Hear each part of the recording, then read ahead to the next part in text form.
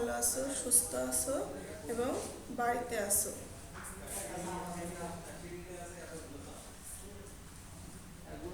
আমরা আজ বাণিজ্যের আওতা ও পরিধি আলোচনা করব। আমরা এর আগে পড়ছি শিল্পের আওতা ও পরিধি। আজ পড়ব বাণিজ্যের আওতা ও পরিধি। বাণিজ্য কাকে বলে? বাণিজ্য কাকে শিল্পের উৎপাদিত পণ্য প্রকৃত ভোগকারীর নিকট পৌঁছানোর ক্ষেত্রে যে সকল প্রতিবন্ধকতা দেখা দেয় তা দূরীকরণের জন্য তা দূরীকরণের মাধ্যমে ভোগকারীর নিকট পণ্য সামগ্রী পৌঁছানোর ক্ষেত্রে যেসব প্রতিবন্ধকতা দেখা যায়, মুনাফা অর্জনের উদ্দেশ্যে সেই সব কার্য সমষ্টিকে বাণিজ্য বলে। তাহলে আমরা আবার বলতে পারি যে শিল্পের উৎপাদিত পণ্য প্রকৃত ভোগকারী বা ব্যবহারকারীর নিকট পৌঁছানোর ক্ষেত্রে যে সকল প্রতিবন্ধকতা দেখা যায়, মুনাফা অর্জনের উদ্দেশ্যে তা দূরীকরণের জন্য গৃহীত যাবতীয় কাজের সমষ্টিকে বাণিজ্য বলে। বাণিজ্য হলো ভোক্তার কাছে উৎপাদকের কাছে মাছ বন্টনকারী শাখা। কি করে? শিল্পের উৎপাদিত পণ্য তা মানুষের দৌড় করে তা বাণিজ্যের মাধ্যমে পৌঁছানো সম্ভব। পৃথিবীর এক প্রান্তে একটা পণ্য উৎপাদিত হলে তা সকল প্রান্তে পৌঁছানো সম্ভব বাণিজ্যের মাধ্যমে। কোনো জিনিস হয়তোবা উৎপাদিত হচ্ছে, তা ভোগ করছে এক প্রান্তে, একটা জিনিস উৎপাদিত হচ্ছে কিন্তু ভোগ করছে পৃথিবীর সমগ্র প্রান্তের মানুষ। এভাবে আমরা দেখতে পাই যে বাণিজ্য পরিধি দিন দিন বেড়েই চলেছে। আমরা এখন বাণিজ্যের আওতা ও পরিধি সম্পর্কে বিস্তারিত আলোচনা করব। বাণিজ্যকে প্রথমে দুই ভাগে ভাগ করা হয়েছে, ট্রেড বা পণ্য বিনিময়, আর একটা হলো ট্রেড বা পণ্য বিনিময়ের সহায়ক কার্যাবলী। ট্রেড বা পণ্য বিনিময়কে আবার দুই ভাগে ভাগ করা হয়েছে, একটা হলো অভ্যন্তরীণ বাণিজ্য, একটা হলো বৈদেশিক বাণিজ্য। আবার অভ্যন্তরীণ বাণিজ্যকে দুই ভাগে ভাগ করা হয়েছে, একটা হলো পাইকারি ব্যবসা, একটা হলো খুচরা ব্যবসা। আর বৈদেশিক বাণিজ্যকে আবার তিন ভাগে ভাগ করা হয়েছে, আমদানি, রপ্তানি, পুনরপ্তানি। তাহলে এখন আমরা ট্রেড বা পণ্য বিনিময়টা কি? ট্রেড বা পণ্য বিনিময় কি? মুনাফা অর্জনের উদ্দেশ্যে পণ্য সামগ্রী ক্রয় বিক্রয় কার্যকে পণ্যের বিনিময় বলে। বন্টনের ক্ষেত্রে উৎপাদনকারী বা ভোগকারীর মধ্যে মালিকানাগত বা ব্যক্তিগত বাধা দূর করাই হলো এর উদ্দেশ্য। অথচ উৎপাদনকারী ও ভোগকারীর মধ্যে মালিকানাগত ব্যক্তিগত বাধা দূর করার উদ্দেশ্য। উৎপাদনকারী ও ভোগকারীর পৃথক ব্যক্তিগত উভয়ের মধ্যে মালিকানার পরিবর্তনের প্রয়োজন দেখা যায়। মালিকানা পরিবর্তনের সংক্রান্ত এরূপ বাধা মালিকানাগত ব্যক্তিগত প্রতিবন্ধকতা, সেজন্য প্রয়োজনে একাধিক ক্রয় বিক্রয়ের প্রয়োজন দেখা দেয়, যার সবকিছুই বাণিজ্যের আওতাধীন। ট্রেড বা পণ্য বিনিময়কে দুইভাবে অভ্যন্তরীণ বাণিজ্য, বৈদেশিক বাণিজ্য। অভ্যন্তরীণ বাণিজ্যটা হলো যেটা আমাদের দেশের সীমানার বা ভৌগোলিক সীমানার মধ্যে, কোনো দেশের ভৌগোলিক সীমানার মধ্যে যে ক্রয় বিক্রয় কার্য সম্পাদিত হয় তা হলো অভ্যন্তরীণ বাণিজ্য। অভ্যন্তরীণ বাণিজ্যকে আবার দুই ভাগে ভাগ করা হয়, একটা হলো পাইকারি ব্যবসা, একটা হলো খুচরা ব্যবসা। পাইকারি ব্যবসাটা খুচরা ব্যবসা। উৎপাদনকারী বা আমদানিকারকের নিকট হতে অধিক পরিমাণ পণ্য সামগ্রী ক্রয় করে তা খুচরা ব্যবসায়ীর নিকট বিক্রয় করাকে পাইকারি ব্যবসা বলে। আর পাইকারি ব্যবসা হলো সরাসরি উৎপাদকের কাছ থেকে পণ্য ক্রয় করে তা কি করে খুচরা ব্যবসায়ীর নিকট পণ্য সামগ্রী বিক্রি করে। এই বেলায় শিল্পের কাঁচামালেরা উৎপাদনকারী ও শিল্পের মধ্যে সংযোগ স্থাপন করে। উৎপাদন আমার একটা হলো পাইকারি ব্যবসা, পাইকারি ব্যবসা, তারপরে খুচরা ব্যবসা। খুচরা ব্যবসা হলো যে যে ব্যবসা প্রতিষ্ঠান পাইকার বা অন্য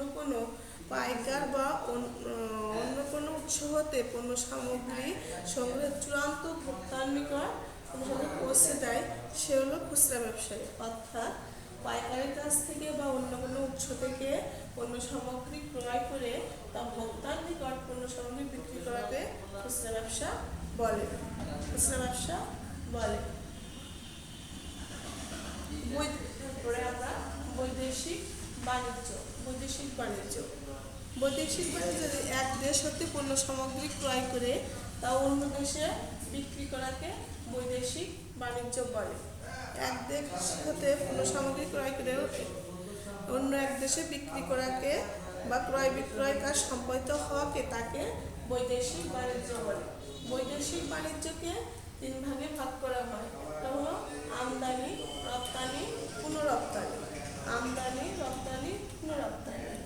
আমদানি বিদেশ থেকে পণ্য সামগ্রী ক্রয় করে আনাকে আমদানি বলে। বিদেশ থেকে পণ্য সামগ্রী ক্রয় করে আনাকে আমদানি বলে।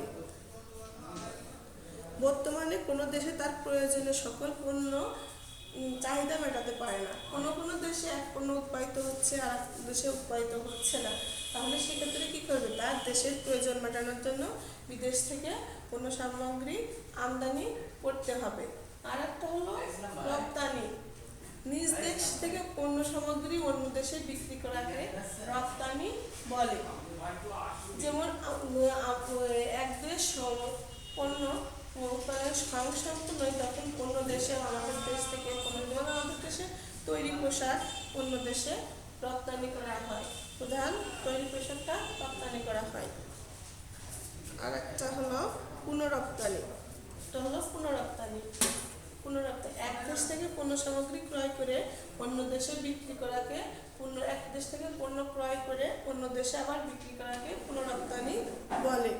বিদেশ থেকে কোনো সামগ্রী আমদানি করে তা পুনরায় অন্য দেশে বিক্রয় করাকে পুনরপ্তানি বলবে। উৎপাদনকারী দেশের সাথে আমদানিকারী দেশের সরাসরি ব্যবসায়িক সম্পর্ক না থাকলেও সেক্ষেত্রে এই ধরনের ব্যবসা গুরুত্বপূর্ণ বিবেচিত হয়। তাহলে আমরা ট্রেড বা পণ্য বিনিময় সম্পর্কে জানলাম। এবার ট্রেড বা পণ্য বিনিময় সহায়ক কার্যাবলী সম্পর্কে জানবো। ট্রেড বা পণ্য বিনিময় সহায়ক কার্যাবলী। ট্রেড বা পণ্য বিনিময় অভ্যন্তরীণ ও বৈদেশিক বাণিজ্য সুষ্ঠুভাবে সম্পাদনের ক্ষেত্রে বেশ কিছু প্রতিবন্ধকতার সৃষ্টি হয়। এই সকল প্রতিবন্ধকতা দূর করার জন্য সম্পাদিত কার্যাবলীকে পণ্য বিনিময়ের সহায়ক কার্যাবলী বলে। বাণিজ্যের আওতাধীন এই সকল কার্যকে নিম্নোক্ত ভাগে ভাগ করা হয়। একটা হলো ব্যাংক, বীমা, পরিবহন, গুদামজাতকরণ, বাজারজাতকরণ, প্রসার। ব্যাংক আমানত সংগ্রহ, ঋণদান ও আর্থিক সেবা সুবিধা প্রদানকারী প্রতিষ্ঠানকে ব্যাংক বলে। বাণিজ্যের ক্ষেত্রে অর্থের প্রয়োজনীয়তা অনস্বীকার্য। এছাড়াও আর্থিক নিরাপত্তা ও সুষ্ঠু লেনদেনের উপর ব্যবসা বাণিজ্যের উন্নয়ন নির্ভর করে। ব্যবসা চালাতে যে অর্থ স্থান বা ঋণ গ্রহণ, অর্থের নিরাপত্তা বিধান ও আর্থিক লেনদেনের সহজতর করার প্রয়োজন দেখা দেয়, যা বাণিজ্যের ক্ষেত্রে আর্থিক প্রতিবন্ধকতা হিসেবে গণ্য।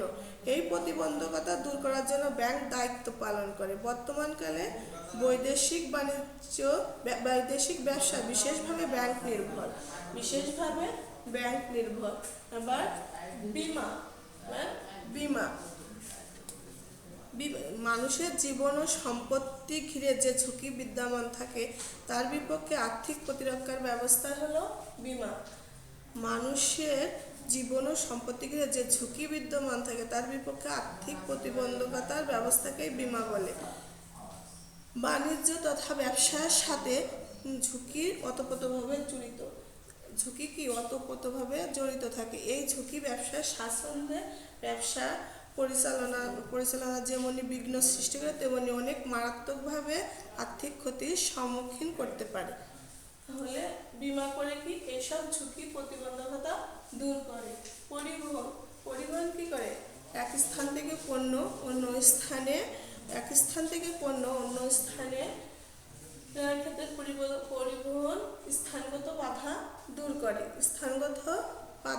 করে। উৎপাদন স্থল থেকে ভোক্তার কাছে পণ্য প্রেরণের স্থানগত উপযোগ সৃষ্টির কার্যকেই পরিবহন বলে। উৎপাদন বা ভোগ বা ব্যবহার স্থানের মাধ্যমে পার্থক্য হেতু বাণিজ্যের স্থানগত বাধা দূর করে। এই বাধা দূর করার জন্য উৎপাদিত সামগ্রীর মধ্যস্থ ব্যবসায়ীর হাত ঘুরে প্রকৃত ভোক্তার নিকট পৌঁছানোর জন্য জলে, স্থলে, আকাশপথে বিভিন্ন ধরনের পরিবহন প্রতিষ্ঠান কাজ করছে। গুদামজাতকরণ হলো কালগত বাধা দূর করে। গুদামজাতকরণের মানে কালগত বাধা দূর করে। এক সময় পণ্য আমরা অন্য সময় ভোগ করতে পারি পণ্য সামগ্রী গুদামজাতকরণের মাধ্যমে।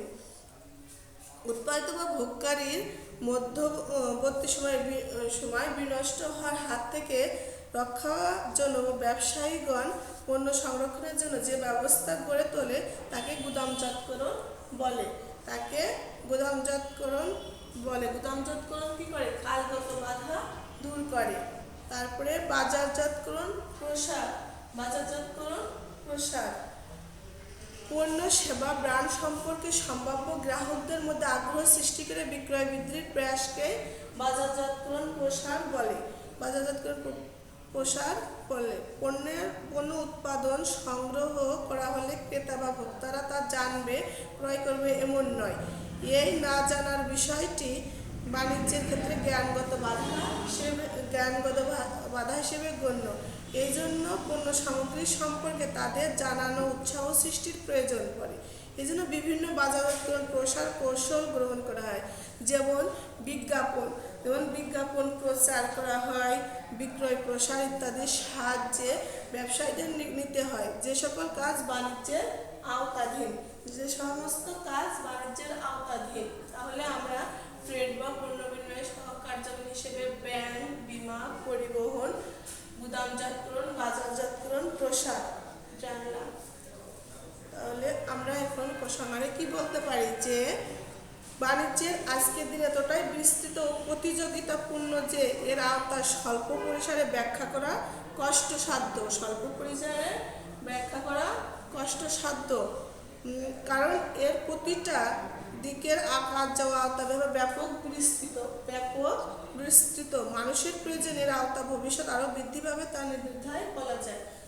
তাহলে কি সুপ্রিয় শিক্ষার্থীগণ, আমরা আজকে বাণিজ্যের আওতা ও পরিধি সম্পর্কে জানলাম। তাহলে আজ এই পর্যন্তই। ভালো থাকো, সুস্থ থাকো এবং নিরাপদে থাকো, বাসায় থাকো। আল্লাহ হাফেজ।